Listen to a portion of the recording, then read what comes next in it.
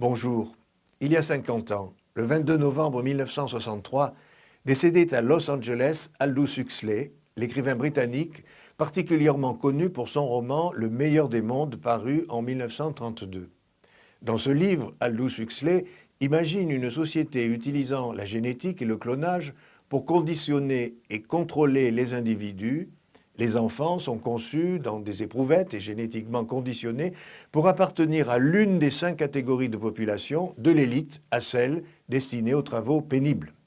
Ce que l'on sait moins, c'est qu'Aldous Huxley avait comme frère aîné le biologiste Julian Huxley, qui fut le premier directeur de l'UNESCO de 1946 à 1948.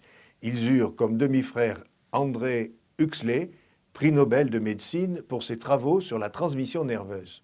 Leur grand-père, Thomas Huxley, était un biologiste ami de Darwin, surnommé le Bulldog de Darwin, car il en était le plus farouche défenseur. Les Huxley étaient une famille d'académiciens britanniques intéressés par tout ce qui pouvait toucher l'évolution et l'avenir de l'humanité. La famille Huxley, la science, l'UNESCO, l'avenir de l'humanité, tout cela m'amène à citer le pape Jean-Paul II lorsqu'il vint à Paris en 1980 et intervint dans cette enceinte prodigieuse de l'UNESCO, je le cite. Alors que la science est appelée à être au service de la vie de l'homme, on constate trop souvent qu'elle est asservie à des buts qui sont destructeurs de la vraie dignité de l'homme et de la vie humaine. C'est le cas lorsque la recherche scientifique elle-même est orientée vers ces buts ou quand ses résultats sont appliqués à des fins contraires au bien de l'humanité. Ceci se vérifie aussi bien dans le domaine des manipulations génétiques et des expérimentations biologiques que dans celui des armements chimiques, bactériologiques ou nucléaires. Mesdames et messieurs, poursuit le pape, le monde ne pourra pas poursuivre longtemps sur cette voie.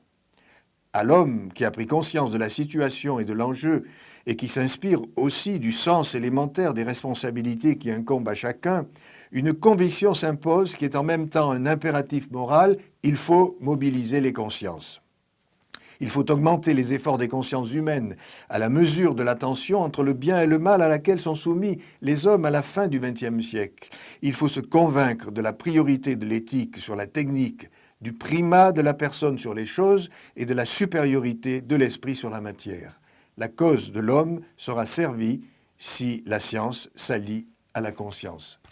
Pour terminer, je laisse le dernier mot à Huxley. Il a dit ceci : « J'aimerais mieux être malheureux que de connaître cette espèce de bonheur faux et menteur. » À bientôt.